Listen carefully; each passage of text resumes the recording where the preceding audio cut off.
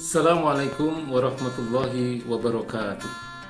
Apa bukti kecintaan kita kepada Allah dan Rasulnya? Di dalam surat An-Nur ayat 51, Allah Subhanahu wa taala berfirman, A'udzubillahi minasyaitonir rajim.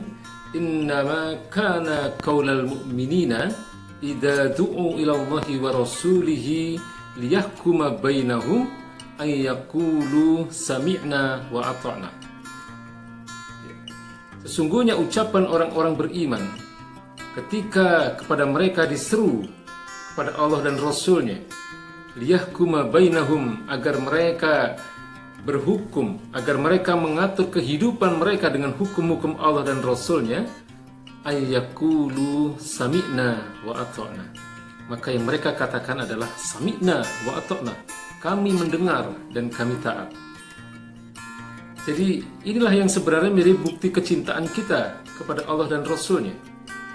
Dengan kata lain, bahwa cinta kepada Allah dan Rasulnya konsekuensinya adalah cinta kepada syariat-syariat yang telah diturunkan oleh Allah Subhanahu wa taala, yang dibawa oleh baginda Nabi besar Muhammad SAW dalam seluruh aspek kehidupan, ya. Dalam persoalan-persoalan ibadah, termasuk juga dalam persoalan-persoalan muamalah, ya. Termasuk dalam persoalan-persoalan bermasyarakat, bernegara, karena baginda Nabi juga adalah seorang kepala negara, kepala pemerintahan. Dalam persoalan politik, dalam persoalan hukum, dalam persoalan ekonomi, ya, wajib hukumnya bagi kita untuk taat dan patuh kepada apa yang telah ditetapkan oleh Allah dan Rasulnya.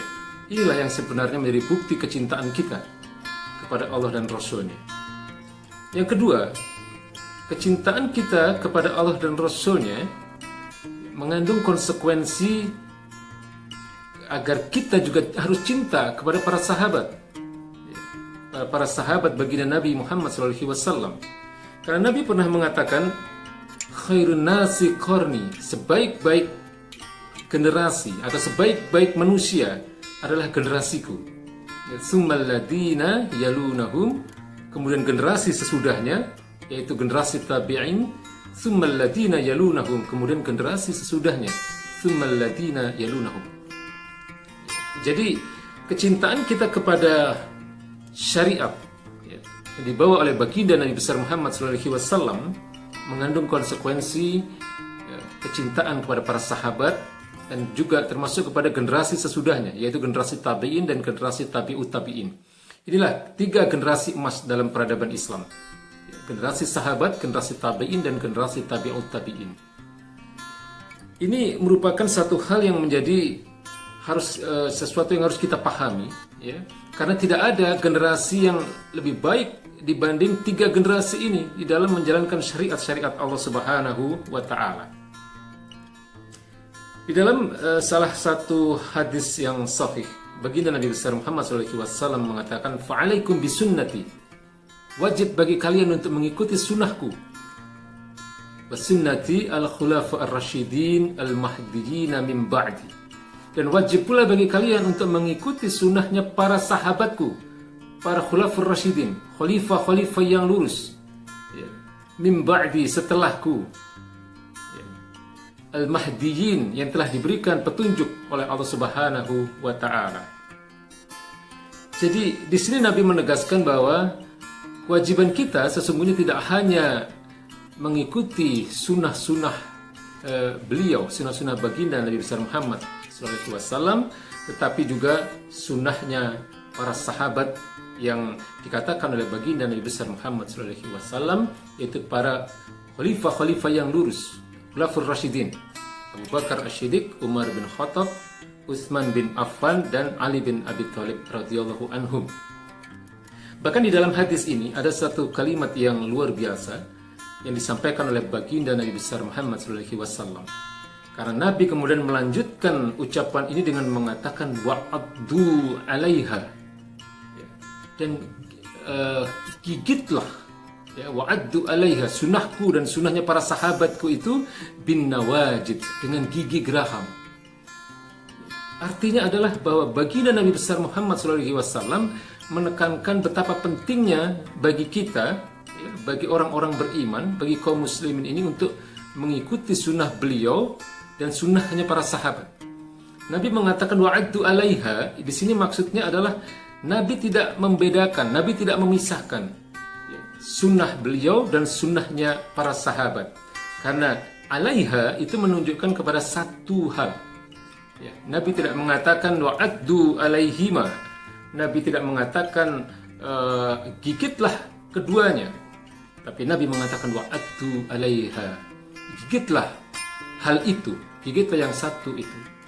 Artinya adalah baginda Nabi betapa mementingkan agar kita ini juga mengikuti sunnah-sunnahnya para sahabat. Artinya di sini ditegaskan oleh baginda Nabi besar Muhammad SAW bahwa ada dasar-dasar hukum atau adilatus syariah, atau disebut juga dengan masdarul hukmi, sumber-sumber hukum dalam Islam. Yang pertama adalah Al-Quranul Karim, firman-firman Allah Subhanahu wa Ta'ala. Yang kedua adalah sunnah-sunnah yang disampaikan atau dicontohkan oleh baginda Nabi besar Muhammad SAW. Dan yang ketiga adalah sunnahnya para sahabat. Ini adalah tiga hal yang merupakan sumber-sumber utama dalam hukum-hukum Islam. Jadi sekali lagi sebagai kesimpulan apa yang saya sampaikan adalah bahwa kecintaan kita kepada Allah dan Rasul-Nya haruslah dibuktikan dengan kecintaan kita kepada syariat-syariat yang diturunkan oleh Allah Subhanahu wa Ta'ala, dan juga apa yang telah menjadi sunnah-sunnah baginda Nabi besar Muhammad SAW. Baik sunnah-sunnah yang bersifat qauliyah, sunnah-sunnah yang berupa ucapan-ucapan beliau, termasuk juga sunnah-sunnah fi'liyah, sunnah-sunnah yang berupa perbuatan ataupun perilaku beliau, dan sunnah takririyah, yaitu sunnah-sunnah yang merupakan persetujuan beliau terhadap apa yang dilakukan oleh para sahabat. Dan yang ketiga adalah bahwa sebagai sumber hukum dalam Islam ini adalah sunnahnya para sahabat. Karena Nabi sangat mementingkan umatnya ini untuk juga mengikuti sunnah-sunnahnya para sahabat, yang terutama di dalam apa yang beliau sampaikan adalah sunnahnya para khulafur rasyidin, Abu Bakar Asy-Syiddiq, Umar bin Khattab, Utsman bin Affan, dan Ali bin Abi Thalib radhiyallahu anhum. Inilah yang menjadi bukti kecintaan kita kepada Allah Subhanahu wa Ta'ala dan Rasul-Nya.